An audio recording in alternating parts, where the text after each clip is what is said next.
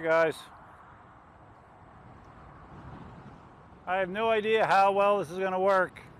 This is my first attempt at doing a riding video with my new Insta360 camera, complete with a 96-inch selfie stick, which I do not have fully extended yet. No idea how it's going to look, how it's going to sound, if it's going to work at all. I do have my Rode Wireless Go hooked up to it, so hopefully the audio sounds all right. Once again, it is late in the afternoon on Sunday, just like last week when I rode with Igor and Larson. I'm not getting my first riding in until almost the end of the weekend. So we'll talk about that more later. But we are on the move. It's weird, my left knee that I've been complaining about for 2 months, 3 months, I don't know how long, it's been feeling better. You know, I've been getting along pretty good, walking with a limp more or less. Walking without a limp more or less, but ironically I get on the EUC and it feels uncomfortable. That's weird. Like, I've been walking around, I've been doing work all weekend, hasn't really been an issue, but for some reason this stance feels a little weird right now.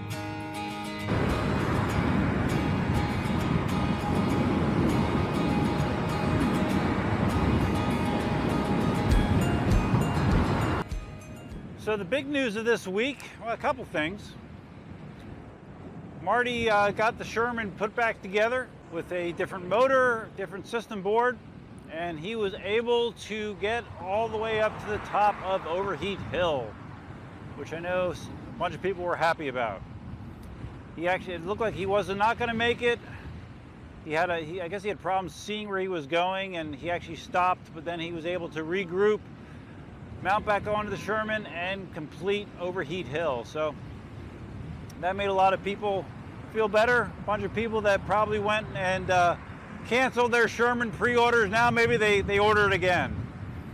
Seems like there's a very fickle element of the EUC community that cancels and reorders different wheels based on whatever the latest video results are. So it's kind of funny, but general consensus was people were happy to see, and I know Marty was very happy to see, that the Sherman made it all the way to the top of Overheat Hill. Man, I don't have this selfie stick even close to fully extended, and it already feels like a mile. Let's see, 96 inches, how far is that? 7 feet is 84 inches. Oh wow, so this is an 8-foot selfie stick. I'm only 1 foot shorter than Marty's 9-footer. Although trying to go that far with a 361R is not as easy as a 361X, because the 361R definitely has more weight to it. I don't think it'd be as comfortable to ride with it fully extended. So the other thing that I paid attention to this week was there's a video put out, I don't remember the guy's name, not well known in the EUC community, but his video went in depth talking about the two new suspension wheels, the V11 and the S18. And the most noteworthy part of the video was his criticisms of the way that the suspension on the S18 was put together. Specifically some of the manufacturing or the assembly decisions that were made that seemed to create binding, or potentially can create binding in the suspension of the S18. So I found some of this stuff very interesting, considering I do have an S18 on its way to me. Some of the information talked about, a lot of the information talked about actually, was also in a thread in the electric unicycle forum, so you can dig around in there and find it as well. If I remember, I'll put a link to it in the description below. But it talked about a number of things. The most prominent thing was that little metal block that's between the tubes, the slide tubes. Evidently in some situations people have found that metal block actually was making the tubes not be parallel to each other and causing binding of the suspension as a result. And simply removing that metal block, which I believe is something new with the production models. I don't remember the pre-production model having that block, but just removing that block evidently helped a lot of people as far as operation of the suspension. It didn't stick quite as much. The other major problem that people found was the way that the parts of the suspension arms are assembled seems to negate the benefit of having bearings. Like sometimes they had lock washers over these bearings that were actually digging in to the portion of the bearing that is supposed to spin freely.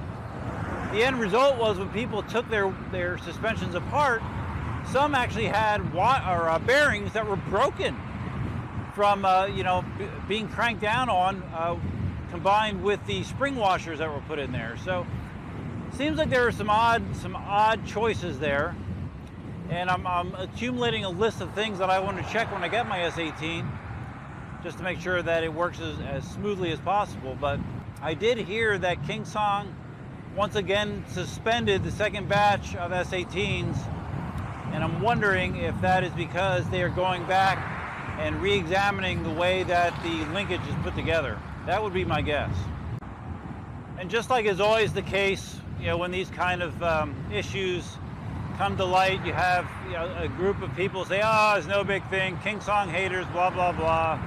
And then you have the other side, the other extreme side, oh, end of the world, KingSong's terrible, they suck, they lock wheels, blah, blah, blah. So I don't feel that way, either side of the coin, but I am going to definitely take a good look at my suspension just to make sure that everything feels like it moves without significant resistance as it should.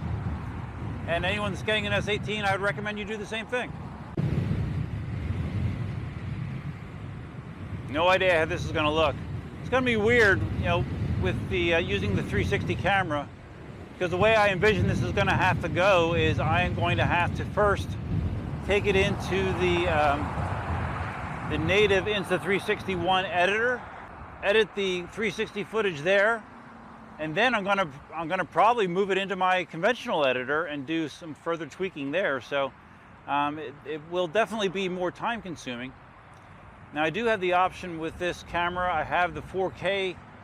It's nice that it's modular. I have a 4K camera that I can use it just like a regular action cam. So maybe that will save some time, but we shall see.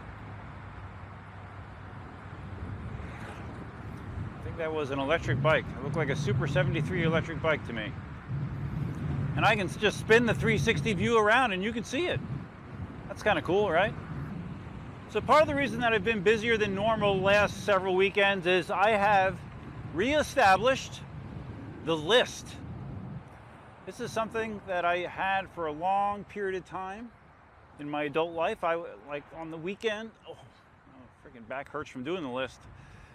Back hurts. Oof. Like on a Friday, I would sit there, I would write down a list of things that I wanted to get done this weekend. Then as I do them, I check them off. And checking them off is a satisfying feeling. And having the list kept me on point. Made sure that the stuff I wanted to get done, got done. Now, an issue with that was my second wife hated the list. She hated it. She hated having this whole list of things that need to get done, at least in my viewpoint. And so I kind of moved away from the list. Once I got separated, I started using the list again. But then I got away from the list several years ago. I stopped doing lists on the weekends. And after talking to Cindy, she said that she likes the list. She likes having a defined set of things that we want to get done for the weekend. So I've been doing the list, but the end result is I've been doing more. The list is getting big. The one weekend it was like 12 things. So I got to tweak things, because I want to get stuff done, but I don't want to just be grinding myself into the dirt every weekend, which I do have a tendency to do at times. And today was no different than that. Yeah, yesterday I was doing shit all day. Today, Cindy decided that she wanted to turn our orchard, well, it was my orchard, my very unsuccessful orchard that I've had for years. I told her that I was fine if she turned it into a Zen garden, which is not really a Zen garden. It's just, it's a big space, like a 16 by 32 space that has a few fruit trees that she is totally converting. She's doing a great job on it. But I've been helping her out as I can. And this weekend, the project was adding some 4x4s that we could mount one of those sun sails on. So as is often the case with my projects, they kind of morph over time, and it started out with this idea, and then another idea gets tacked onto it, another idea gets tacked onto it, and the end result was I spent most of today, you know, working on that stuff. So yeah, I didn't get done until about 4:30. So yeah, anyways, the list, it's a thing, good and bad. You know, I am the kind of person that really needs to get stuff done, and if I don't, I feel like shit. So we're gonna keep rolling with the list for now. And I really should have popped some Advil before this ride. I mean, even the littlest of bump is just freaking, it's like someone's tasering my lower back. It's not a good feeling at all. We're about a mile from Dunkin' Donuts, thankfully. They really have the path over there ripped up now. As you see over there, massive pipes. I assume it's sewage, I guess? I don't know. Someone said it's for the new developments that they're putting in over on that side. But the bike path is not usable currently. I got to ride Mockley Road all the way to Dunkin' Donuts, which you guys know how much I love doing that. Rolled ice cream, that's new. I'm sure Cindy would like to try that out sometime. Ouch, that hurt. All right, top speed. First half of that ride, just under 30, 29.7 miles an hour. 59% battery remaining, and we've gone 11.3 miles so far. Whew, man, I feel like shit, guys. It sucks, man, because I was feeling, I'm feeling good otherwise, but man, riding does not feel good. Coffee's good though. All right, let's get set up and get moving. All right, Dunkin' Donuts, this might be my personal message that goes to your Twitter account. These paper cups you guys switched to, I appreciate the environmental thought behind it, but who the heck engineered them? They're terrible. Every other cup I get, they leak like this. It sucks. It totally sucks. And I'm so sick of wearing my coffee because you guys can't provide a cup that actually keeps the coffee inside. I mean, seriously, it's so annoying. Rant over. See, it sucks because since I passed out over there, I had to cross over right away here on a Mockley Road where they have no bike lane, lots of traffic. So now I'm on the bumpy sidewalk for, you know, half a mile. Oh boy, oh wow. Really bumpy sidewalk, okay. Man, I hope this footage comes out. If it doesn't, I'll be pissed. Seriously, because I probably look like a freaking moron. And I feel naked without my rear view mirror, guys. When I have the helmet up, the rear view mirror is disabled. Back in the bike lane now. Now, hopefully the annoyance should be over. I believe I have a tailwind, so I will probably be picking up the pace on the way back. Maybe, I don't know. My battery's not that high though, so maybe not. I don't know. The goal is just to arrive home without any new aches or pains. Quick update on my S18 and V11. And I think I said this last week too. I'm not sure. Maybe I did, maybe I didn't. But I'm hoping maybe to have both of them in my hand. My second batch V11 and S18, whatever batch that'll be, I don't know. By you know, second or third week of September. That is my goal. That is what it was looking like, at least as of last week, but you never know.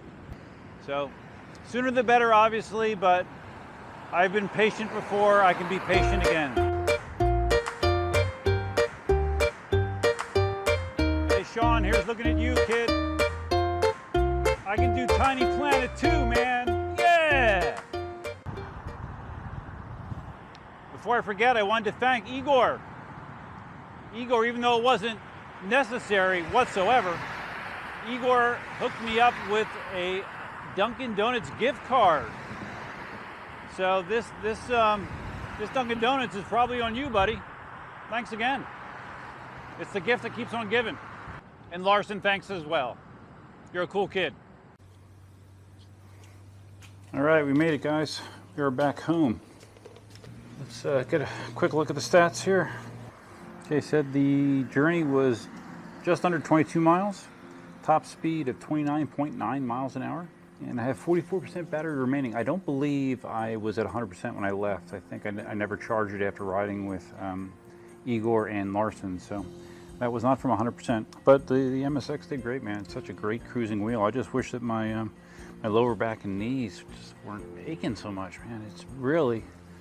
It really affects my enjoyment of EUC riding, unfortunately. It's punishing me right now, and that's one of the reasons that I really enjoyed having a suspension wheel, was that it definitely seemed to help the problem somewhat. But that's it. Oh, I'll stop whining. So if you guys found this video interesting, please give it a big thumbs up. I mean, this was more just a test of the 361R. Who knows what this is going to look like and how it's going to turn out, but please, in the comments below, let me know what you think. If this is your first time visiting the channel, please think about subscribing. If you're going to subscribe, you can always hit the notify bell, which is over there, and 360, man, it might be all the way over there. Who knows where it is. And that's all I have for you for now. Hope you guys had a great weekend. Next weekend is Labor Day weekend, I think, right? So 3-day weekend, that's good. Hopefully I'll heal up a little bit and be able to enjoy some riding. And that's all I have for you for now. I think I said that before. Until next time, Duffman out. Just wanted to show you what I was talking about earlier. There's Cindy. Cindy in 360. Unfortunately, wherever you stand, you're in the camera. So everything you see here, Cindy did. The only thing I helped with was the the overhead component. That's what we've been working on this weekend. But yeah, it looks pretty cool, huh? Pretty cool, right, Cindy? Yeah. Okay.